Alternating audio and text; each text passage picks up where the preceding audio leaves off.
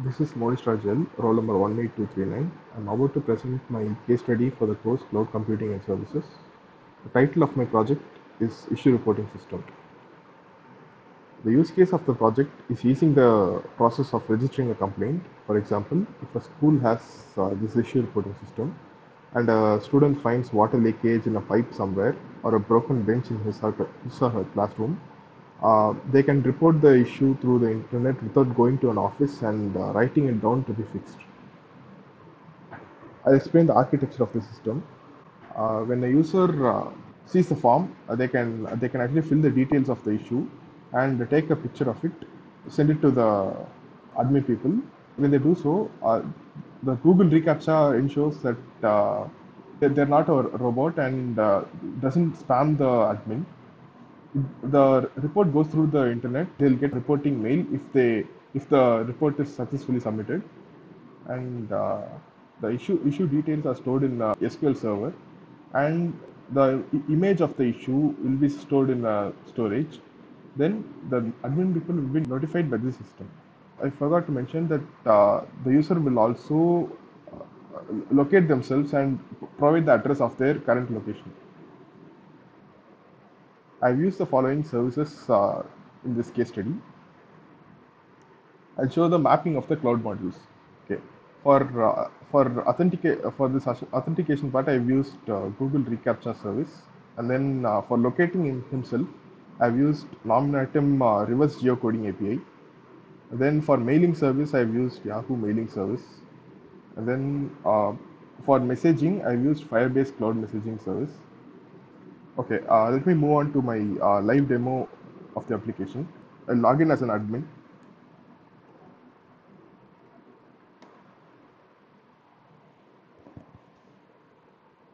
Okay, initially I have no issue being reported, and this table will be refreshed in 300 seconds. Okay. Now let's say I'm a student trying to report an issue. I'll type out my name, my email ID,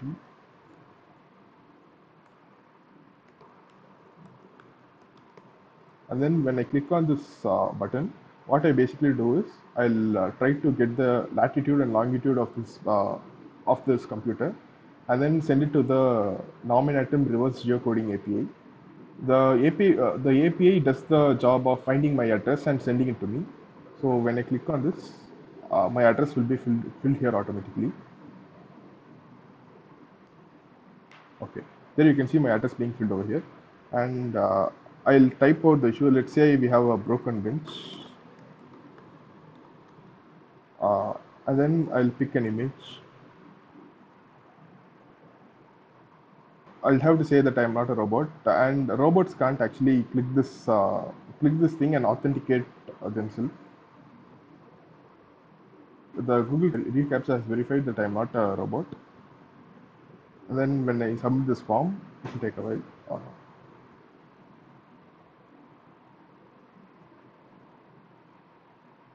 You can see a message being showed over here. That's because I've logged in as an admin. I get this notification that issue has been reported. Now I can see that a student called Monish Raj with this email ID, with this address, has reported an issue saying there is a broken bench at this time. Now, if I click this camera button, I can see the image attached with this issue.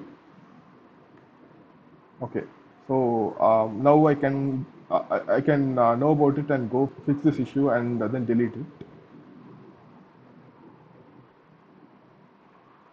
When the client has reported an issue, he would have gotten an email stating that his issue has been reported, saying the issue details as broken bench. That is all about the live demo of the application. I'll just show the services that I've used. Here you can see the Google App Engine console and the Firebase console, the reCAPTCHA console, and AWS Amplify console. Okay, you can see that I've used Vue.js framework for this application. This is the starting point of the application. Then over here we can see that when the application is created, I'll try to fix the configuration for Firebase. I'll create a Firebase messaging object and I'll try to get permission with the user. Then if the user grants the permission, I'll try to retrieve a token, FCM token, and then store it in Vuex, the storage which is meant for users.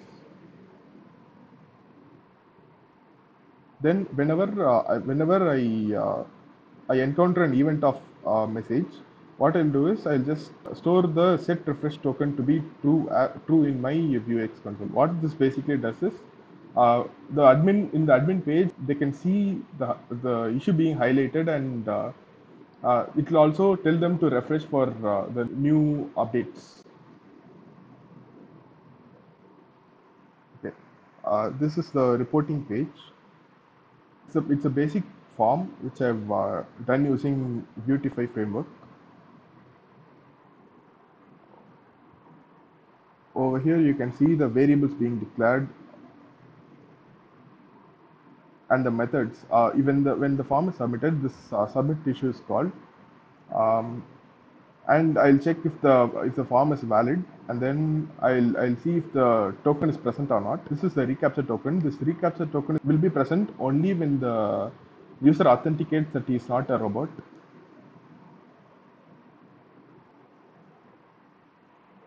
And then I'll just send all the details to the server. Okay. This part takes care of contacting the Nominatim APIs to send the longitude and latitude of the current client and retrieve the address of this browser. Okay. Let me show the admin page. Admin page has this data table which contains the records of the issues being submitted. These are the variables being declared, and when this page is created, the issues will be fetched, meaning it will try to contact the backend and bring all the issues that have been submitted.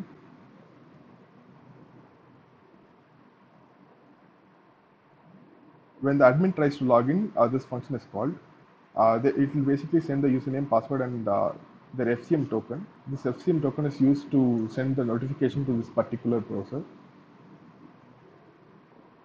You can see me contacting the login API, and then if the login is successful, I'll just show the table. This fetch issues is responsible for getting all the issues from the backend. This method is for deleting the particular issue. When the camera button is clicked in the admin console, this method is being triggered, and I'll just open this URL so that the admin can see the picture. Let me move on to the backend of this application. Server.js is a starting point of my application. These are the importing statements for this file. I'm using Multer middleware for getting the image from the client and converting it into a blob. This URL is responsible for getting the image from the client and the issue details from the client, and doing the whole process of sending the image to the Google Cloud Storage, and then sending the push notification to the admin, sending the mail to the client who has submitted the response, and also also it says the confirmation message. Okay. First, I'll get these details from the client, and then verify if he's not a robot. The Google reCAPTCHA would have given me a token. I should send this to I would have sent this token to the verify reCAPTCHA function, which is being written over here. Okay, what this does is it calls the Google service, sending my reCAPTCHA secret, which is specifically generated for this application, and then uh, the token which is given by the client who has submitted the form, and then remote IP address. This is the client's IP address who has submitted the form. I'll just wait for this Axios request to end, and then if it says success, I'll just let it pass through. Otherwise, I would have written they can't proceed further. I am just getting the current time of this issue being reported, and I'll also store it in RDS service, which is basically a MySQL database. I'll say the file name to be email ID hyphen at the time of the issue being recorded. I'll try to upload the image. This upload image is being taken care by this.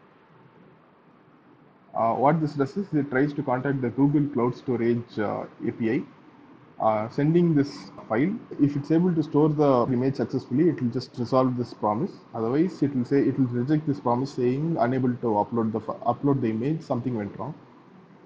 If this image is successfully submitted, I'll just execute this query. After executing this query, it would have stored the issue details in the AWS RDS. Otherwise, I'll say error occurred while executing the database query. If the query is executed properly, I'll try to send a mail to the client who has submitted this form. If the mail is not properly sent, I'll just say mail not sent. I'll show the mailer service called over here. I'll say I'm using the Yahoo SMTP service, and then uh, I'll pass on the string this way. The issue details is being injected over this template,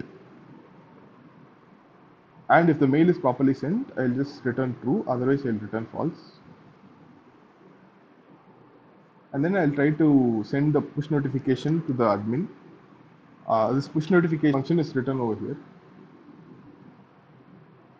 I'll try to contact this FCM API, and then I'll pass this public UI IP address which is present in the config file. This config.json shows all my credentials for the services that I'm using. The query contains the following attributes: title, IRS issue reported, then body, new issue reported. Then if the client tries to click on this notification, I'll just show this page, and the icon is being retrieved from this URL.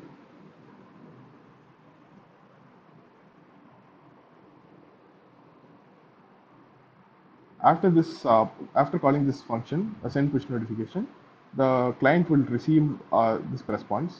The response text being encoded over here.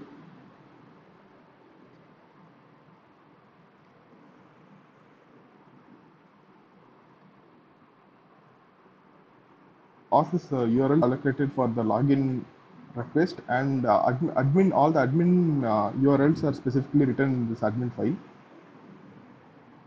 You can see the login written over here. When admin tries to log in, his username, password, and FCM token is retrieved from the body of the request. If the user is found in the database, what I'll try to do is I'll try to generate a JWT token. This JSON web token identifies the admin whenever he gives a request. So when someone tries to contact the slash admin URL, it will go to verify token, and only if the given JWT is valid, they can access all these URLs present inside this admin file. You can see the get all issues retrieves all the issues from the database and sends it to the client. Delete issue uh, delete issue deletes the record from database, and then deletes the image which is present in the GCS. Delete image function is written over here, creating a GCS bucket object and calling the delete function. This logout clears the FCM token which is present inside the MySQL database, and say successfully logged out.